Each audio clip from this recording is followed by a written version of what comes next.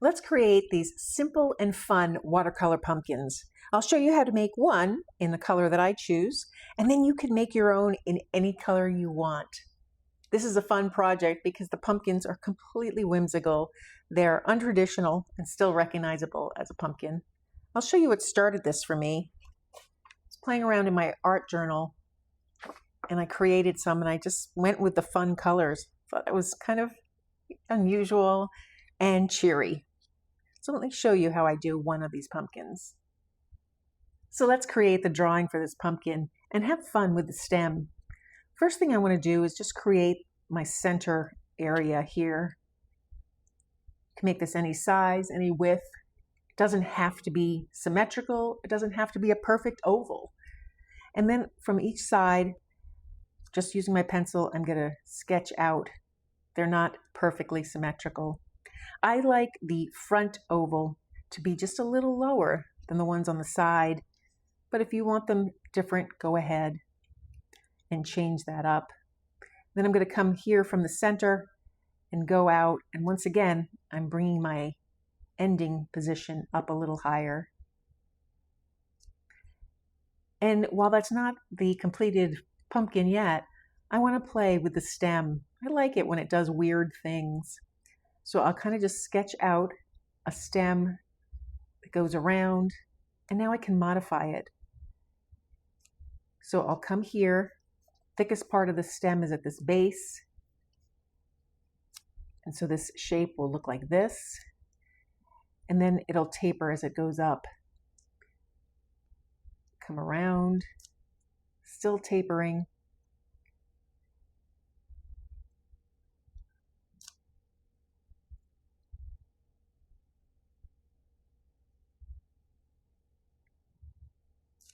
And it comes out. So when you have an image that you like, just take your waterproof marker and go over the image, preserving what you want, ignoring the lines you don't like. Now this is a whimsical pumpkin, so it doesn't have to be perfect. There are certain things you want to achieve, but perfection is not one of them.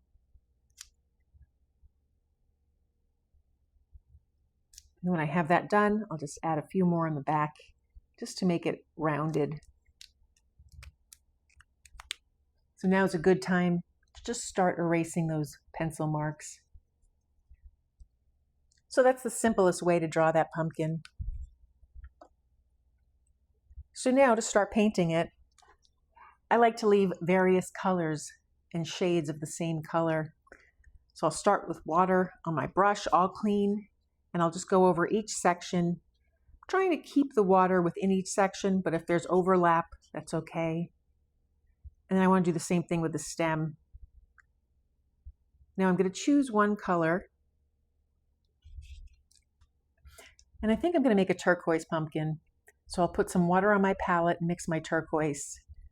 I'll take this cerulean blue, put that down on my palette, and then I'll mix a little bit of this green. I want to make sure I get a nice deep turquoise. I'll come in here with this little darker green. And I'll just play with the color until I get something that I like. It's starting to come alive. Take a little Prussian blue, a little more green, and I'll take a little lemon yellow. Again, I keep playing with it until I get the shade of turquoise that I like. That's looking pretty good. Add a little more water. Make another puddle here and dilute that. I think I'll add a little more cerulean blue. There we go. Add a little more water so it's nicely diluted. And now I'm going to very lightly paint each of the sections here of the pumpkin. I'll leave a little white in each section. If you don't like that look, color it in. Just bringing my brush on the damp paper. Where the paper absorbed more water, you can see the blend. But I'm trying to get a nice little blend here. I want variation in that color. I'll rinse my brush and now just blend out the edges. A few solid lines are fine, but I like to have a nice soft blend, taking advantage of that watercolor. I'll come back in with that same color and deposit it at the base of my pumpkin. I want the pumpkin to look a little bit heavier at the bottom, like it's sitting down. Then I'll just put a little up top and just a little on this side here. So that's a really nice first layer.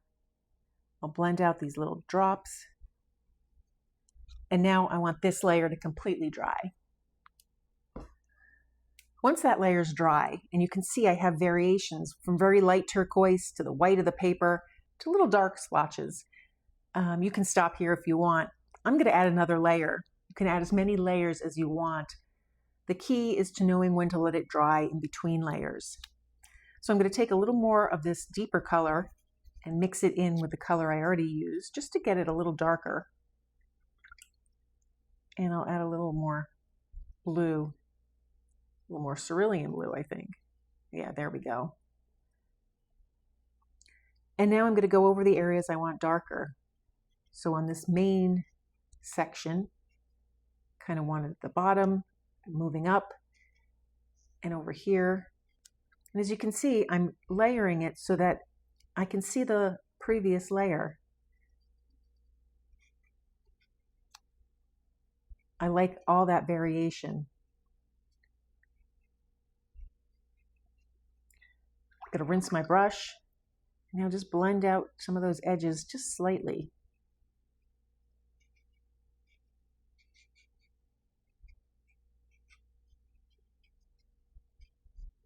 I like playing with the hard edge and the soft edge. Then I might come back in and add just a little more color on the areas that I know are super wet and saturated. That color will dry more intense and will bleed somewhat into the wet areas. So now I'm going to let this layer dry. All right, so now that that layer is dry, you can decide if you want to stop there. I'm going to add one more layer, but we'll do that last. I want to work on this stem here. Now the stem can be green or brown or anywhere in between. So I'll re-wet that stem area slightly. Then I'll mix a little brown. I'm going to take the sepia, and I want to mix a little of the green in with it, the turquoise that we mixed originally, and just play with the ratio. I'm going to just deposit a little bit of color. Because I mixed that turquoise in, it really coordinates. Take a smaller brush and move that pigment around. Again, I'm not trying to create everything solid color. I like some of the white of the paper to show. And it's kind of pretty on watercolor. And then I'm just going to go in there with a little more concentrated color and deposit it in sections. I want to make sure it blends out.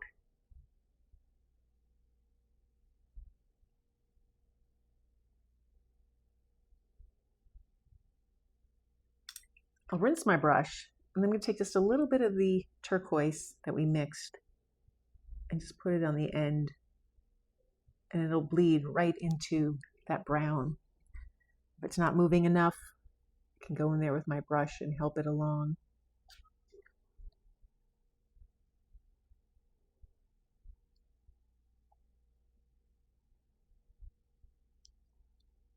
And now I want to add a little bit of a shadow. This is kind of fun. With a wet brush and clean water, I'm just going to go underneath my pumpkin and up close to it. And then I'm going to mix a little black right on my palette. Plenty of water. I don't want it to be dark. I'm going to mix a little green in with that. Come back in with a little more black. With a very sharp brush, I'm just going to pull it close to the pumpkin and let it blend out on that area that we already wet on the paper. I'll rinse my brush, dab it just so it blends out.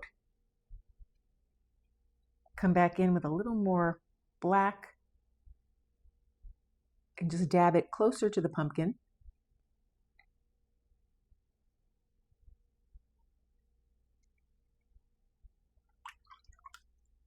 rinse my brush, pick up some of that green, and just dab it in a couple of spots, just a few, so that the shadow has a little bit of that reflection from the turquoise that we mixed. So now I want to add one more layer just to finish off this pumpkin and to change the dynamic just a little bit. So I have this layer here.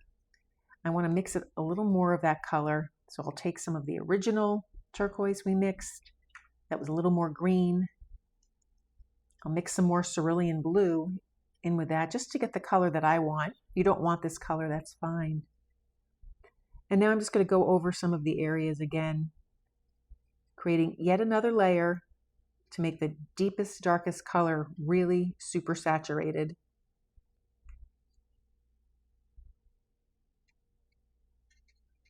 You can stop at any point. You don't have to do this method.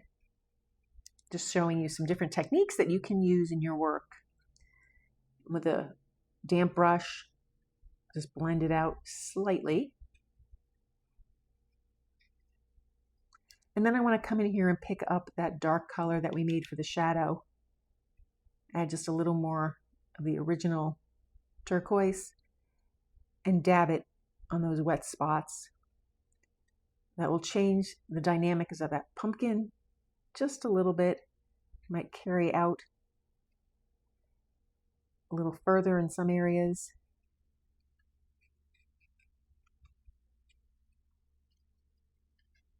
And it adds kind of a dustiness in the color.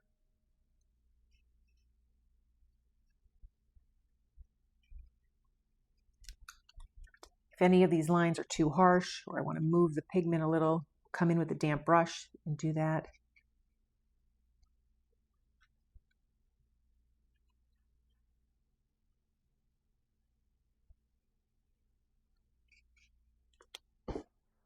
And then I'll let this completely dry.